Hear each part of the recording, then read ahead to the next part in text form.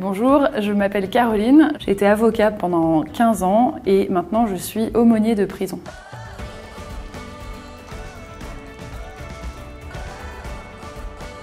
Le fait qu'il y ait une aumônerie catholique en prison, c'est vraiment quelque chose de très important et qui est même un engagement de l'État en réalité. L'État se doit de permettre aux détenus de pouvoir pratiquer leur religion et participer au culte de manière libre. Donc nous, notre rôle à l'aumônerie, c'est à la fois de visiter les détenus de manière individuelle, de les rencontrer dans leurs cellules, et de faire un bout de chemin avec eux, de faire connaissance, de les rejoindre là où ils en sont, et pour les accompagner sur le plan à la fois humain et spirituel.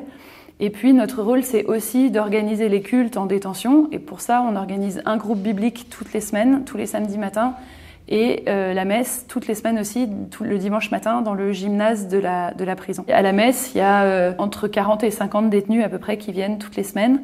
On transforme le gymnase pour l'occasion en chapelle, et c'est toujours très beau de voir ce temps de recueillement, de vie fraternelle aussi, où les personnes ont vraiment ce besoin de silence, d'intériorité. On a eu souvent des demandes de catéchisme en fait, de personnes qui cherchaient à mieux connaître, à mieux comprendre la foi chrétienne, à revenir un peu aux fondamentaux et à apprendre tout simplement. Donc on a monté un parcours alpha depuis 2 ans maintenant, et c'est vraiment très beau de voir les fruits que ça porte aussi, de voir ce petit noyau qui se retrouve tous les 15 jours. On a aussi un groupe de chant qui se réunit en alternance avec le parcours alpha. Et ça aussi, c'est très beau de les voir entrer dans la prière par le chant. Donc on leur apprend à psalmodier, par exemple, à chanter le psaume de la messe du dimanche d'après. Donc vous imaginez l'ambiance, c'est le mardi après-midi dans les couloirs de la prison, on entend des mélodies de psaumes, même les surveillants nous disent que ça leur fait du bien.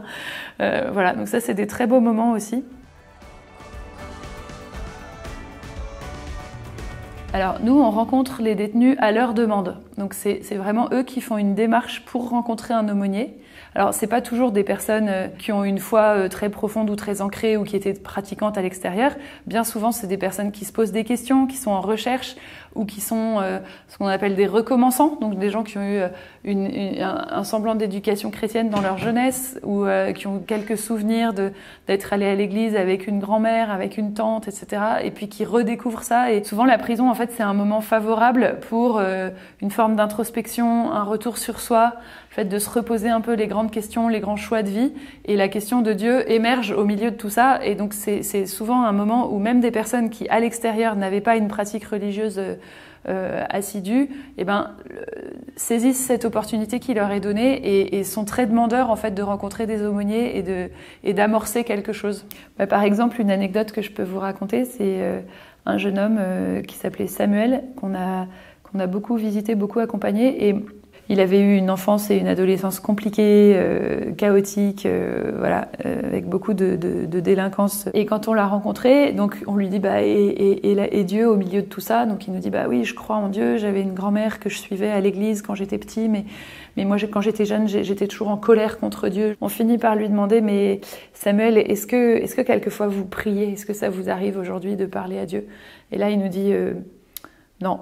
Non, moi je prie jamais, de toute façon je connais aucune prière. Et puis là il y a eu un moment de silence et puis au bout d'un moment il a repris la parole et il nous a dit moi je prie pas, mais ce que je fais c'est que le soir avant de m'endormir je parle au Seigneur et je lui raconte toute ma journée et je me blottis dans ses bras et là je suis juste dans son amour et j'essaye que ce moment-là dure le plus longtemps possible parce que je suis tellement bien et je voudrais que ça s'arrête jamais. Et donc en fait ce Samuel était en train de nous donner le témoignage d'une vie intérieure et d'une prière profonde. Donc voilà, donc notre quotidien il est vraiment fait de tous ces petits moments, tous ces témoignages de vie intérieure. Et en fait, très souvent, on accueille les gens avec leurs questionnements, leurs interrogations. Et on commence au tout début, quoi. Vraiment, on leur apprend à faire le signe de croix, on leur explique qui est Jésus. Et ça, je trouve ça magnifique, en fait, d'amener des gens à la fois en partant de là où ils en sont. Vraiment, ça, c'est le plus important pour nous, c'est les rejoindre là où ils en sont et commencer par leur vie, leurs préoccupations, leur quotidien pour ensuite mettre nos pas dans les leurs. Pour moi, c'est pas du tout une source d'angoisse. J'ai jamais eu peur, je me suis jamais sentie personnellement en insécurité. En revanche, c'est évidemment une source de joie.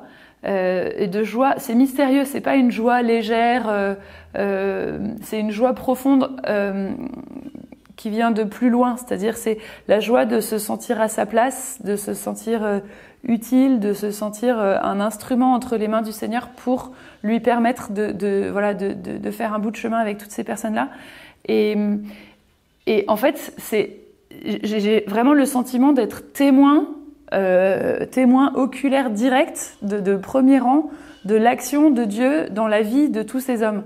Et en ça, c'est un peu comme un antidote à la désespérance ambiante, quoi. C'est-à-dire que quand je vois toutes les difficultés qu'on peut avoir par ailleurs, les mauvaises nouvelles du monde en général, et j'ai cette joie profonde de me dire bah oui, mais le Seigneur est à l'œuvre et je le sais et je le vois. Et donc pour moi, la prison, c'est le lieu visible de l'action de Dieu dans le quotidien de toutes ces personnes que je rencontre, quoi. Donc ça, c'est un émerveillement vraiment profond. Et ça a profondément changé ma vision de cette parole de Dieu qui est vraiment une parole vivante et qui s'adresse à tous.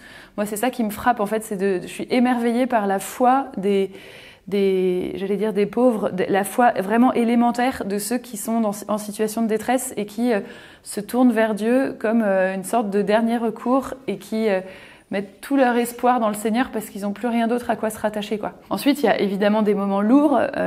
Pas plus tard que ce matin, j'ai encore visité 2 personnes qui m'ont déposé des choses vraiment dures à entendre, dures à accueillir. Donc ça c'est une réalité aussi. C'est-à-dire qu'il y a quand même cette gravité qui se joue parce que c'est des vies humaines complètement éclatées, brisées, où c'est pas évident toujours de voir la lueur qui va permettre de rallumer la lumière, quoi. Mais donc ça, c'est lourd.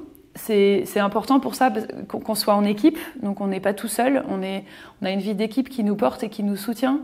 On a toujours des moments de débriefing avec les autres aumôniers pour se raconter nos journées, pour nos rencontres, nos échanges, nos entretiens. C'est vraiment un lieu qui est à la fois un lieu de désespoir profond parce qu'il y a beaucoup de gens qui vont plus mal en ressortant de prison qu'ils n'y sont entrés.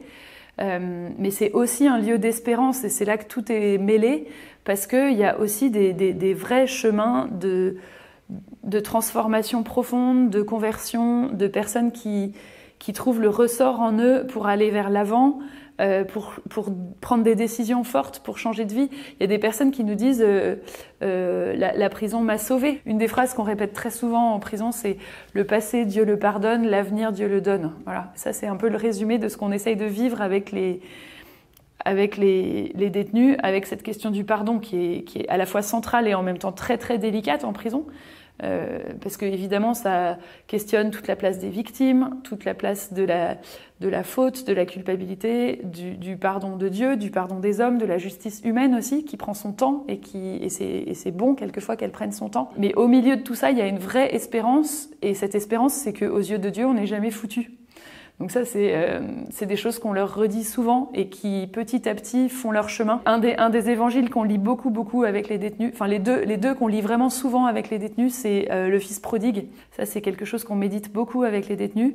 Et aussi le passage du bon larron et de Jésus en croix et ce condamné qui, à la dernière minute de sa vie, se tourne vers le Seigneur et ça, c'est quelque chose qui leur parle aussi beaucoup, parce que une chose qu'on entend beaucoup aussi en prison, c'est je suis plus digne d'entrer en relation avec Dieu, je suis plus digne de m'adresser au Seigneur, et si je le faisais maintenant, j'aurais l'impression d'être opportuniste et et de venir parce que ça va tellement mal que j'en ai besoin. Et donc voilà, donc nous, tout notre rôle, c'est de les amener à comprendre l'amour inconditionnel de Dieu pour chacun de nous et qu'aux yeux de Dieu, il y a toujours un avenir possible, toujours une rédemption possible. Et voilà, c'est vraiment ça le cœur de notre travail d'aumônier, en fait, c'est de venir remettre de l'espérance au milieu de ces vies et de ces parcours difficiles. On a régulièrement des demandes de de préparation au sacrement. On a eu plusieurs fois des demandes de baptême. Donc moi, en 4 ans, j'ai déjà vu 3 personnes être baptisées dans le gymnase de la santé. Pour nous, c'est très beau et très porteur, évidemment, d'accompagner ces personnes. La limite, c'est que nous, on est aumôniers pour la détention, donc on n'a pas le droit de rester en contact avec eux à partir du moment où ils franchissent les murs de la prison et où ils sortent. Donc tout ce qu'on peut faire, c'est les confier à d'autres et puis prier pour eux, bien sûr. Une personne notamment là qu'on a baptisée il y a 1 an et demi maintenant, qui est sortie. Et donc voilà, donc on a ce lâcher prise un peu à la grâce de Dieu. On espère qu'il y aura d'autres chrétiens sur sa route pour continuer à l'accompagner, mais en tout cas, nous, on ne peut pas avoir de retour sur ce qui se passe après. Et puis, on a aussi des personnes qui ont été baptisées quand ils étaient jeunes, mais qui, pour une raison X ou Y, n'ont jamais fait leur première communion ou n'ont pas été confirmées.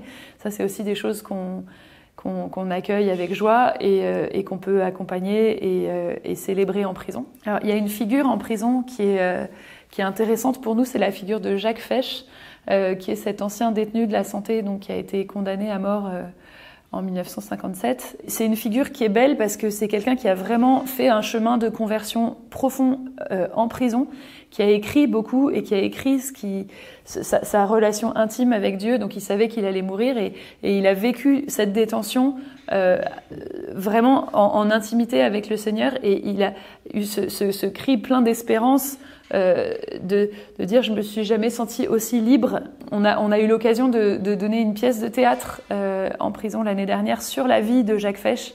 Et ça a été un très très beau moment pour les détenus. C'est une personne, je pense, qui a beaucoup à leur apporter aussi, qui a beaucoup à leur dire sur l'espérance et sur le fait que la foi en Dieu nous donne une vraie liberté intérieure, en fait, indépendamment de notre situation de détenu ou de personne libre, en fait.